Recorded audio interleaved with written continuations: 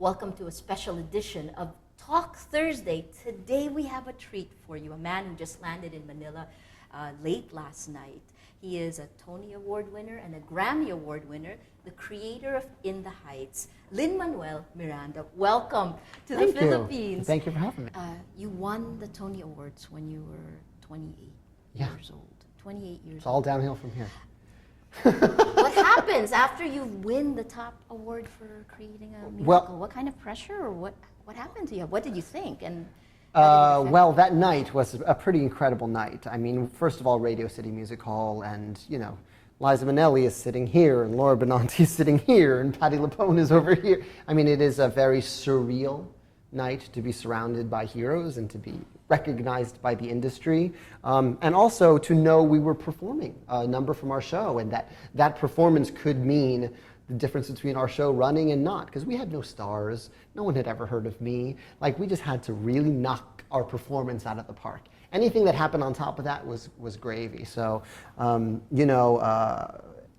our choreographer, winning was the first award given out of the night, and that was an amazing sort of charge. And I won Best Score about 20 minutes before I knew we had to perform a musical number. So there's 20 different kinds of pressure at once, but it was very happy, and that whole night is like one sort of glorious blur. And how does it affect you? How did it affect Well, the best effect is that I think that it really ensured that our show had a nice, long, healthy run.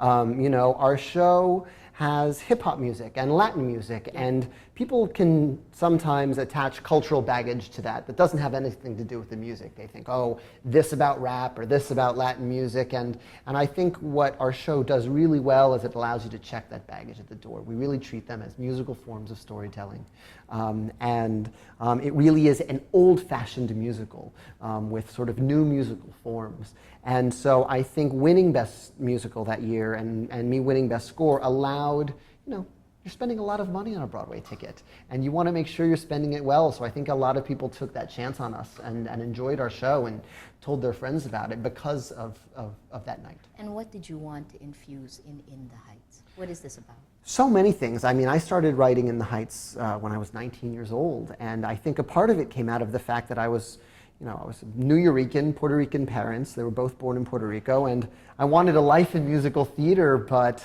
I didn't want to play Bernardo for the rest of my life. I didn't want to play Bernardo West Side Story forever. That's basically what you get if you're a Puerto Rican guy. Maybe you can do King and I, maybe you can do Man of La Mancha. If you can dance well, you can play Paul in chorus line.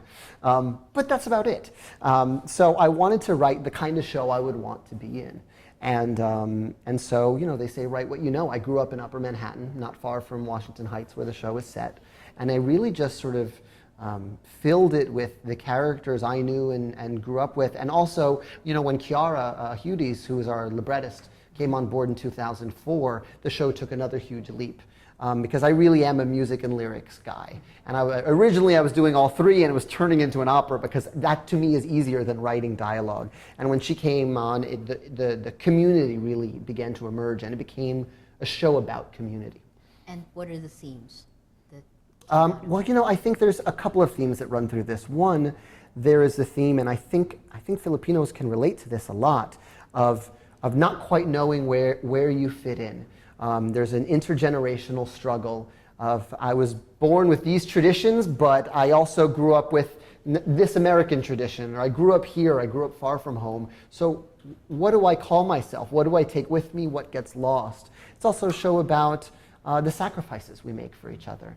I think, particularly in the United States, I think I struggled with that first question a lot, but also you have this, everyone's got someone who came from somewhere else. You have that grandmother who worked in the laundry room, or worked as a maid so that her son could go to college, and everyone's got that story. Either they've sacrificed for someone, or someone has sacrificed for them and their family, and I think that really resonates with people. This is the Manila production. It's the first international production that you're doing. Why the Philippines? it's amazing. First of all, the amount of talent you have here in the Philippines. I knew about that through my friend Aileen, way before before anything. I remember her giving me the recording of Rent. You guys did one of the first international productions of Rent, and hearing that song, hearing Seasons of Love in Tagalog, and it was beautiful. And so I was aware of that tradition. You guys really take chances on new music. Next to Normal, Legally Blonde, you guys do new shows here. You're a little ahead of the curve of the rest of the world. And so I'm really proud to be part of that tradition. And what do you think, well, you talked a little bit about what's familiar to Filipino audiences. What do you hope to see? You haven't seen the musical yet. What are your expectations? I'm really thrilled. I think the themes of family and the themes of sacrifice, I think, really resonate here. I have a lot of Filipino friends, and those are the moments that get them. And we've had a lot of Filipino cast members in the show, both in the original company and the national tours. Puerto Rico being similarly colonized by the Spanish once upon a time, we have a shared language. There's a lot of the Spanish phrases in the show all mean the same thing in Tagalog. Inutil is the name of one of the songs in our show. Yes. Carnaval. There are a lot of the bilingual element, I think, works better here than in almost any other country in the world. So I'm really excited to see how that plays as well. You played the original Usnavi. Now you're going to be watching Nyoy Volante play Usnavi. Yes, and he's squirming right there just thinking about it. Here's the thing. I love watching other Usnavis. I never create. I didn't initially create this as a part for myself. I sort of fell into it as we were doing it. But there is a whole group of us in the United States. There's probably about 8 people who have played it. It's a really difficult role. We go out to dinner. We compare our favorite Vanessas. It really is this sort of brotherhood because it's such a tough part. So I'm really excited to see what he does with it. And I'm really excited to see the rest of the ensemble and see how they're similar to the ones I've seen and where they differ. You worked on this musical for a very long time. How has it changed as you've grown older? You said you worked on it for... Yeah, well, the initial musical I wrote when I was 20, and it was really just sort of a love triangle set in Washington Heights. Those characters could, apart from the Latin music and the hip-hop music, could have been set anywhere. And I think one of the things that happened was, one, I graduated and I moved back uptown. I live in the same neighborhood. I live 5 blocks from where I grew up. I'm very invested in that community. And so I think that shows through. And Kiara as well. We really write about our neighborhoods from a perspective of love. And I'm sure you guys don't hear a lot about Upper Manhattan. A lot of people think Manhattan ends at Times Square, or maybe they think about Harlem, but they don't even know about our neighborhood. And so I think that the biggest progression is the show has become about this community and really trying to capture it before it changes, because New York, like everywhere else, the neighborhoods are changing a lot. Soon it will be very expensive to live anywhere in Manhattan, and the people who make that neighborhood special won't necessarily be able to afford to live there anymore. So it's kind of a time capsule. The Lower East Side of Jonathan Larson's Rent is gone.